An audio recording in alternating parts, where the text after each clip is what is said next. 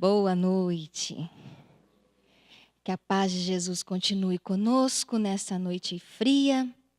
Possa o amor de Jesus aquecer nosso coração e deixar o nosso espírito bem quentinho, bem gostoso.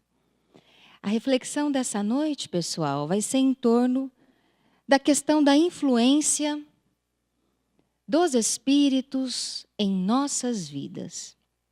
O quanto eles nos influenciam, o quanto nós influenciamos e como se dá essa permuta.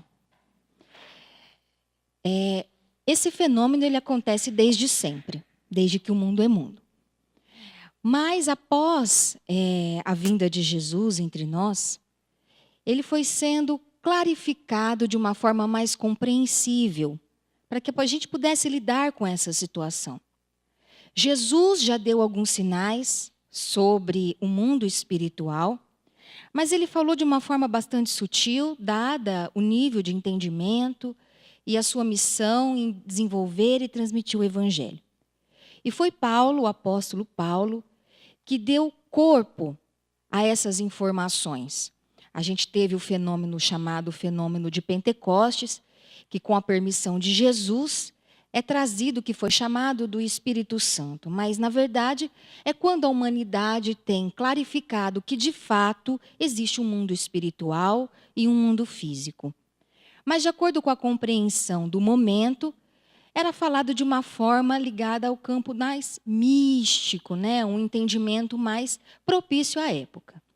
Mas muito forte para a nossa leitura de vida. E aí eu peguei hoje, para a gente seguir em frente, em Hebreus.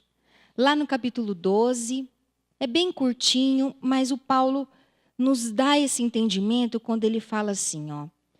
Desse modo, cercados como estamos de uma tal nuvem de testemunhas, desvencilhemo-nos das cadeias do pecado.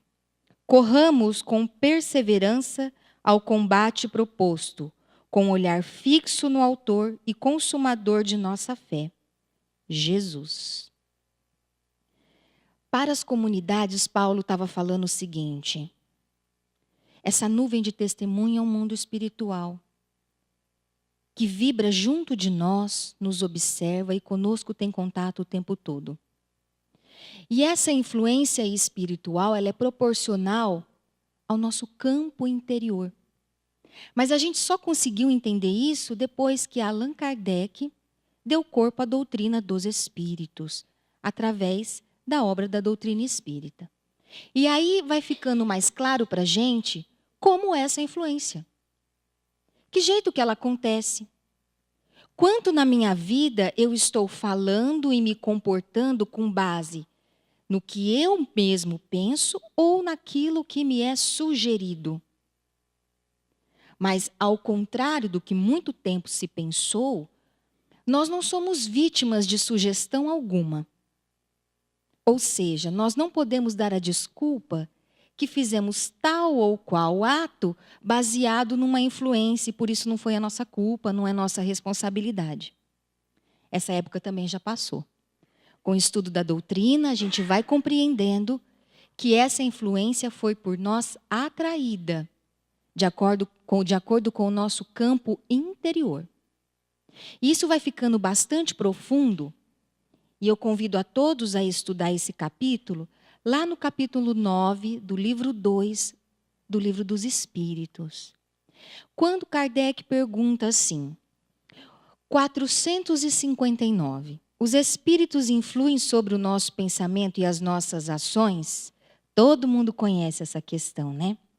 Os espíritos respondem, a esse respeito sua influência é maior do que credes, porque, olha isso, frequentemente são eles que vos dirigem. Olha como isso é sério. Olha como isso é substancial no nosso cotidiano. E aí? Como é que faz para a gente saber o que é meu, o que é influência? Aí a gente volta 4.000 anos atrás e lembra do oráculo de Delfos. Conhece-te a ti mesmo. O exercício de olhar para dentro, de autopercepção, Como eu sou? Como eu funciono? Em geral, qual é o meu comportamento, os meus valores? Aí, de repente, num dia, num ambiente, eu dou uma resposta mais exaltada, eu começo a cultivar pensamentos estranhos, e ao invés de me perceber fazendo aquela reflexão cotidiana antes de dormir ou ao acordar, eu invigilantemente vou dando vazão a esses pensamentos e eles vão tomando corpo no meu mundo interior até o ponto que muitas vezes toma conta de mim. Por exemplo, eu nunca fui ciumento. Não tenho essa prática, não me percebi assim. Mas então, de repente, alguém me faz uma sugestão. Você sabe onde vai sua esposa, onde vai seu esposo? Isso nunca me preocupou. Mas, de repente, eu fico com aquela pulga atrás da orelha. Daí, ao invés de ter um diálogo maduro, conversar e falar o que está acontecendo com o companheiro ou a companheira, eu resolvo ficar maquinando nessa sugestão. E aí, eu entro nessa frequência. E todos aqueles irmãos que estão na mesma frequência me localizam num campo de psicosfera. Psico, psique, esfera, campo. Estabeleceu-se a sintonia. E aí começa a vir os pensamentos. Nossa, mas onde será que ela vai mesmo? Onde será que ele vai? E aí começa. E surge o que a gente chama de paranoia.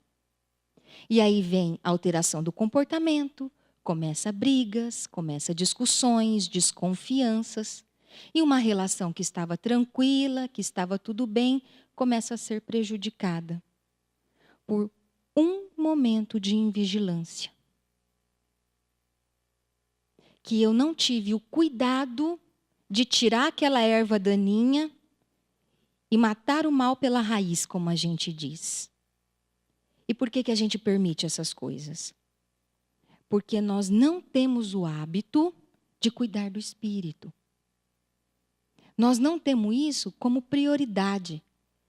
Então a gente cuida do corpo, acorda, faz a higiene pessoal, se preocupa com a alimentação, vai trabalhar, escolhe a roupa que vai vestir, cuida do automóvel e tudo mais, mas não cuida da nossa essência, que é o espírito.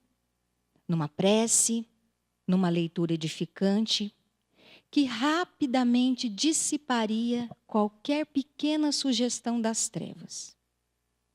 Mas daí a gente acolhe e aquilo toma vida. E por que toma vida? Porque ainda nós não somos completamente maduros espiritualmente para lidar com as questões das nossas fragilidades. Então, se eu tenho uma autoestima baixa, por exemplo, esse tipo de sugestão vai encontrar guarida dentro de mim. E daí eu preciso começar a me autoconhecer. Por que estou dando vazão para esse sentimento? Por que ele está tomando tanta forma dentro de mim? E aí os espíritos vão nos influenciando o tempo todo, com pensamentos. Às vezes a gente fala sozinho, mas a gente está verbalizando um pensamento que nos foi transmitido. E a gente acha que é nosso. Só que o Kardec também perguntou isso, olha que interessante. Na 460, ele pergunta assim: temos pensamentos que nos são próprios e outros que nos são sugeridos? Olha o que os espíritos respondem. Vossa alma é um espírito que pensa. Não ignorais que vários pensamentos vos alcançam ao mesmo tempo, sobre o mesmo assunto e frequentemente bem contrário uns aos outros. Então, há sempre de vós e dos espíritos, e isso vos coloca na incerteza, posto que tendes em vós duas ideias que se combatem. Então, o que eles estão falando aqui? Nós somos pensamento, nós todos enquanto espírito. Então, muitas vezes, os pensamentos que nós temos são nossos e muitas outras são influências. E aí o Kardec vai e faz a outra pergunta. Como distinguir, então, o pensamento que nos são próprios daqueles que nos são sugeridos? Respondem os espíritos. Quando um pensamento é sugerido, é como uma voz que vos fala. O pensamento próprio são, em geral, aqueles do primeiro momento. De resto, olha isso. Não há um grande interesse para vós nessa distinção, e é frequentemente útil não saberes. O homem age mais livremente, e se ele se decide pelo bem, o faz mais voluntariamente. Se toma um mau caminho, não tem nisso senão mais responsabilidades. Percebeu aqui onde está a maturidade do senso moral? Não interessa se o pensamento é meu ou se é influência. O que interessa é por que eu estou dando guarida para ele. Por que esse pensamento está corporificando-se dentro de mim? Se é um bom espírito, se é um mau espírito, eu vou saber pela qualidade do pensamento. Bons espíritos sempre influenciam para o bem. Isso é lógico. Se é um pensamento de raiva, de vingança, de mágoa, de ciúmes, de inveja, de vaidade, de egoísmo, de prepotência, na raiz, o que está dentro de mim que não foi trabalhado e potencializado pela influência que sintonizou. Percebe? A raiz sempre está em nós. Os espíritos não nos influenciam naquilo que nós não temos dentro de nós. Um exemplo? Pode vir uma turba de espíritos, por exemplo, me falar, fuma. Eu não gosto de cigarro, eu nunca fumei. Eu não vou fumar. Não está dentro de mim isso. Então, eu não vou ser influenciada nisso, porque essa característica não está em mim. Eu serei influenciada naquilo que eu não venci dentro de mim ainda. Por quê? Porque existe uma lei de sintonia. Por isso que os espíritos respondem para o Kardec que não convém que a gente saiba, isso é influência, isso é o meu pensamento. A nossa preocupação deve ser no conteúdo daquilo que está dentro de mim. Naquele material que eu estou abrigando na minha mente e no meu coração. E, sobretudo, o que eu faço com esse material. Tem 2 palestras, uma seguida da outra, do Raul Teixeira, que eu recomendo a todos. Chama-se Espalhamento Obsessivo. Está no YouTube. É sensacional, vale a pena assistir. E aí ele faz bastante reflexão e ele nos fala o seguinte sobre isso. Que o problema não é a gente ter aquele pensamento. Nossa, eu estou sentindo isso, não devia estar sentindo isso. Não era para eu ter pensado assim. Porque, dado o nosso estágio evolutivo, é natural que alguns pensamentos ainda se aflorem em nós. Vamos dar forma. Raiva, inveja, egoísmo, arrogância, orgulho, prepotência.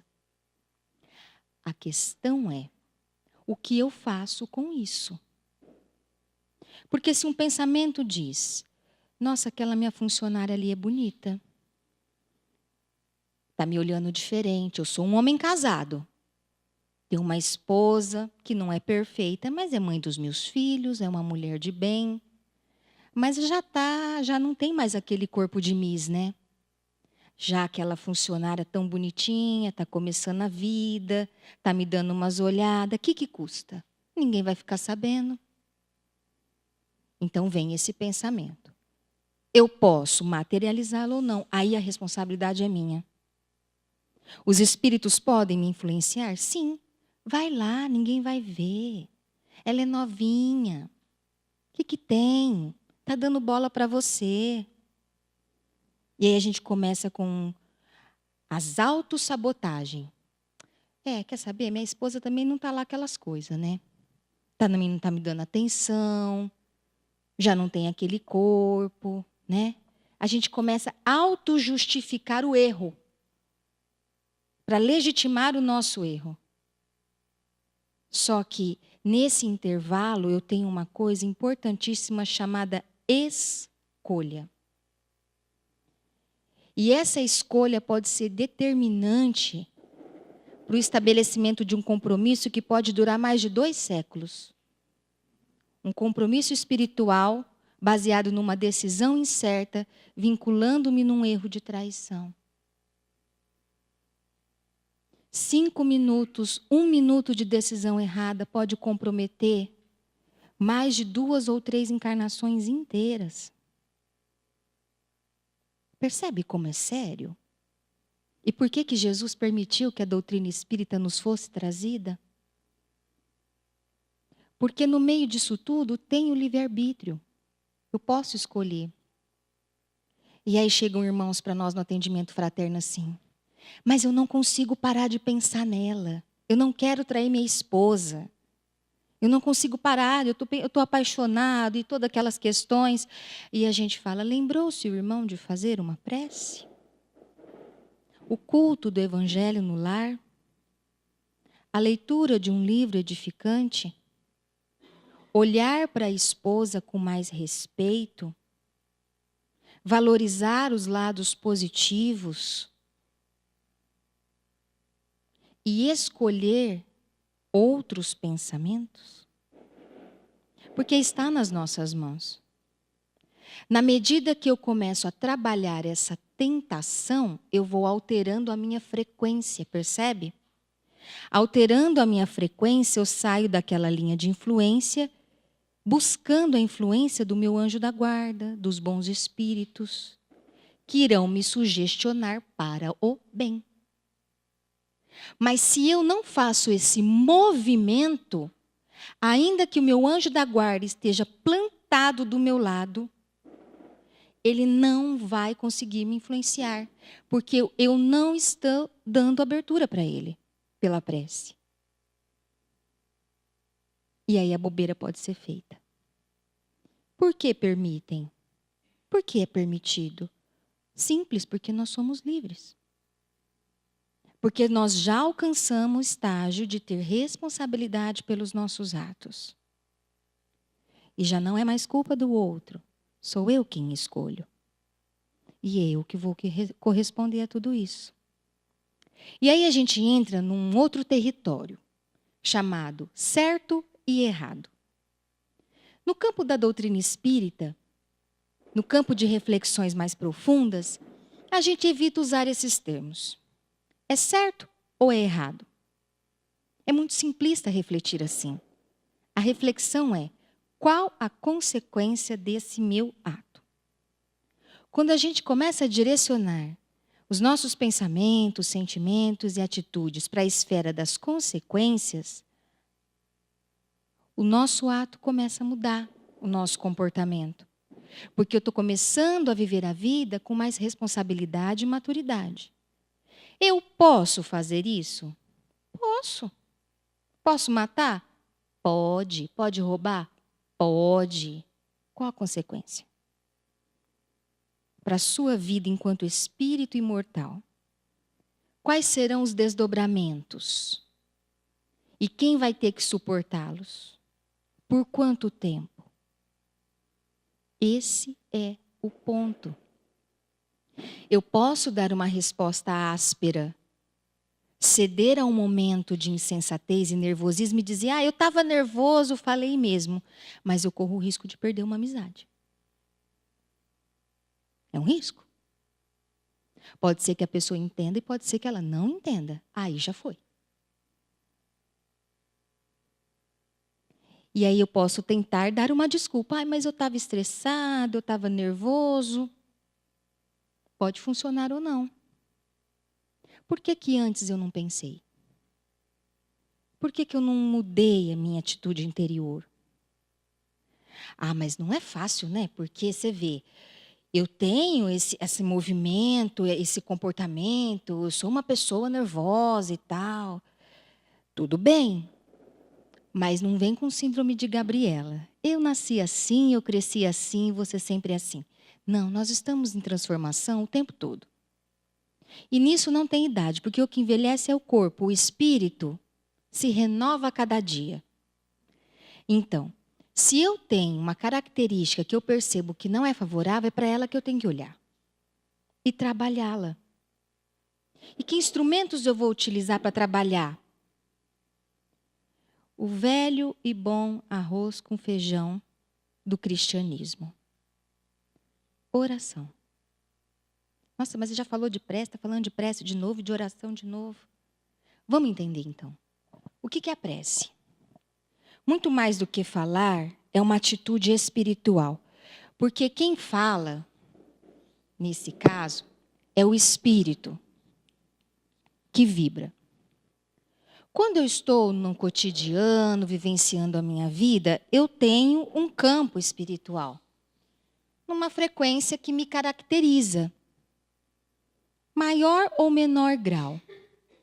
Quando eu entro em atitude de prece sincera, e não importam as palavras, nesse momento o que importa é a atitude interna de querer receber ou agradecer a Deus, a divindade em que eu acredito, e por isso que nesse ponto não interessa que religião você tem, você pode até ser ateu, porque o que interessa é a atitude de conexão com o divino, com algo que é superior a mim, que rege toda a vida.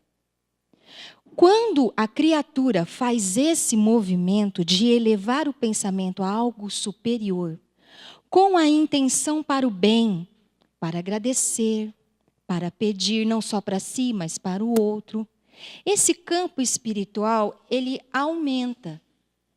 Alguns chamam aura. Não importa o nome, porque fica uma aura, né? Quem consegue visualizar, enxerga uma aura. Então, esse campo aumenta. Por quê? Porque eu estou trabalhando o meu espírito.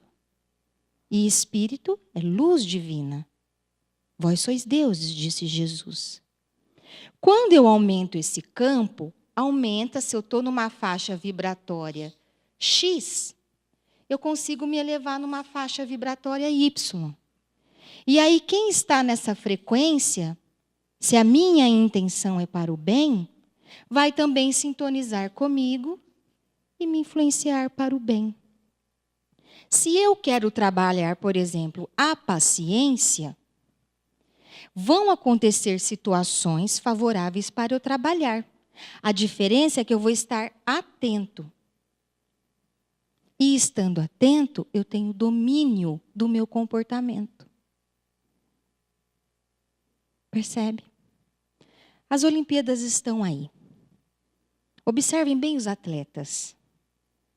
Independente se vão receber medalha ou não. Aquela galera que está lá é uma galera que treina muito. Mas treina muito, incansavelmente, para alcançar um objetivo. Em geral, superar os próprios limites. Os limites do corpo, da velocidade, da flexibilidade, da altura. E o nosso treino espiritual? Amadurecimento espiritual é trabalho constante de reforma íntima. É constante, é árduo, não é fácil, mas tem uma grande vantagem que é muito mais que uma medalha de ouro, que é o reino dos céus. Que aqui a gente já sabe que não é um lugar, é a paz da consciência. É uma consciência pacificada consigo mesmo e com o meio, que encontrou conexão com Jesus, que é o amor. Então, para que treinar? Para que trabalhar-se? Para que esforçar-se no cotidiano? Para melhorar as nossas características? Para nos libertar das prisões que nos amarram ao sofrimento, que nos amarram à dor. Enquanto nós continuarmos dando guarida ao nosso mundo inferior, nós estaremos nos debatendo numa piscina de lama, que é viscosa, que é cansativa, que é desgastante. Se eu quero sair desse campo, eu preciso tomar a atitude de me desvencilhar das minhas misérias. Desapegar do homem antigo e despertar um homem novo, diferente. E eu sei, dá medo. Dá medo, tem que ter coragem, porque o diferente eu não conheço. Como que eu posso ser diferente? Eu estou tão acostumado a ser assim, toda a vida eu fui assim, agora eu vou mudar? Não, deixa quieto, tá bom assim. Quem gosta de mim assim, não é assim que a gente fala? Mas pode ser diferente. E a mudança é necessária. Sabe tudo esse sarceiro de encarnação? E caça uma família, e faz uma programação, e vê um corpo físico, e planeja como é que vai ser as células, o genoma, como que vai ser o meio, o que você vai trabalhar, com quem que vai casar. Olha o furdunço que é reencarnar. A trabalheira. Sabe por que tudo isso? Para que a gente trabalhe o espírito. O objetivo da encarnação é despertar as potências da alma. É no terreno da matéria que a gente desperta os valores espirituais. Por quê? Porque é assim que é a vontade de Deus. Então, tudo esse sarceiro de reencarnação é para isso. Só que aí chega aqui, a gente fica priorizando o que não é importante e esquece do que realmente importa. A vida material faz parte do desenvolvimento do espírito? Com certeza. Isso é óbvio, né? Então, eu tenho que sim cuidar do corpo, porque eu estou disciplinando o meu espírito, na medida que o meu corpo demanda a atenção. Eu quero sair voando, não posso. A gravidade me segura. Eu quero trabalhar incansavelmente, não pode. Vai ter sono, vai ter que descansar. Tem que aprender o limite. Eu quero trabalhar sem comer, não pode, vai ficar doente. Tem que aprender a disciplinar as coisas. E o corpo ensina isso, disciplina.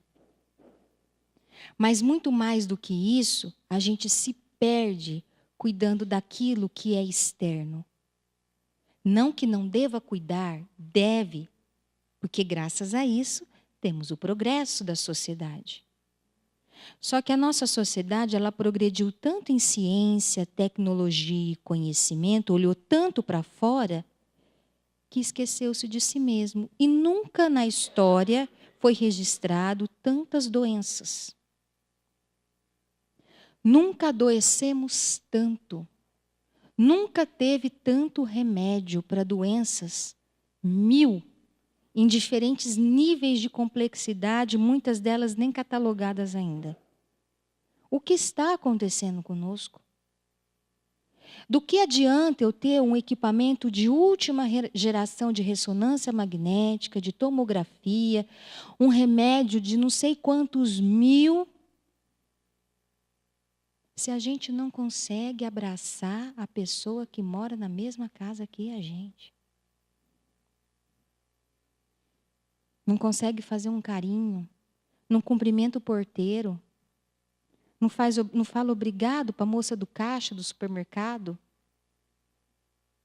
Que adianta a gente ter pós-doutorado, ler livros, enfim, ter uma vida confortável, que é muito bom e está tudo certo, mas se eu não consigo olhar no espelho e encarar aquele que eu vejo? Vivo todo dia com um nó na garganta e o coração apertado de angústia e não sei o que é. Precisa ser assim? Não precisa. Está na hora da gente olhar para dentro, trabalhar o nosso mundo íntimo. E não adianta fingir, esconder de si mesmo, porque a bênção da dor vai sempre nos visitar, até que a gente tenha se superado naquele sentido. E aí não importa a atitude do outro. Eu tenho que me ver comigo e a minha evolução. Mesmo que o outro não me entenda, mesmo que ele não me aceite, mesmo que não me compreenda, o meu coração precisa ser trabalhado e pacificado com relação a ele. Porque ele é ele ou ela com Deus. Eu sou a minha responsabilidade. Eu tenho que cuidar do meu mundo íntimo. E ainda que aquela pessoa não me trate bem, aquilo não vai me afetar. porque eu já encontrei harmonia dentro de mim. E o meu olhar sobre o outro se modifica. Ele se transforma. E não pode haver influência espiritual que for. Se eu estou pacificado com o meu mundo íntimo, o mundo externo não me afeta. E aí o Kardec segue perguntando, né?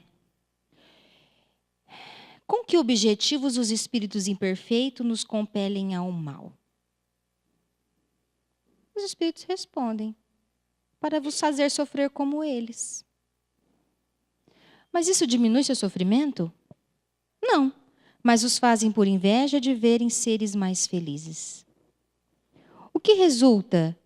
E que natureza de sofrimento eles querem fazer experimentar? Os que resultam de ser de uma ordem inferior, afastada de Deus. Então, se eu não estou pacificado com o meu mundo interior, eu vou estar sujeito a todos os tipos de influência. É por isso que o Paulo nos fala, lá em Hebreus, vamos voltar lá. Corramos com perseverança ao combate proposto, como assim fez Jesus. Combater o bom combate. Que combate é esse? Sou eu comigo mesmo. Não são as trevas que estão fora, são aquelas que estão dentro. E eu só posso lidar com algo quando eu olho para ele. Enquanto eu estiver fugindo, por exemplo, não assumir as minhas imperfeições. E não precisa sair contando para todo mundo, mas assumir, poxa, realmente, eu tenho uma vaidade que precisa ser trabalhada. Já observei que tenho certos comportamentos arrogantes, prepotentes, sou ciumento, sou invejoso, sou orgulhoso, sou ambicioso demais. Identificou? Legal, é um grande passo, porque identificar já é muito difícil. Mas identificou? Toma consciência, então eu vou trabalhar. Quando a gente traz para a consciência, gente, quando a gente traz para a consciência, acende uma luzinha, a gente fica mais alerta. Então, esse exercício de identificar e trazer para a consciência é difícil, mas uma vez que a gente consegue trazer para a consciência, eu tenho essa característica, quando acontece a situação do dia a dia, fala, opa, nossa, podia ter dado uma resposta diferente. Podia ter ficado quieto. Na primeira vez não vai conseguir. Na segunda vez, pode ser que consiga um pouco, com muito sacrifício. Queria dar aquela resposta, mas fiquei quieto. Da terceira vez, você para, escuta, fala, deixa para lá, nem vou responder, não vale a pena. Da próxima vez, você deixa para lá, mas ao mesmo tempo, conversa com a pessoa de uma forma que ela te entenda. Então você vê que a gente devagarinho vai se melhorando, vai se aperfeiçoando e vai conquistando essa paz que é construída por nós mesmos dentro de nós.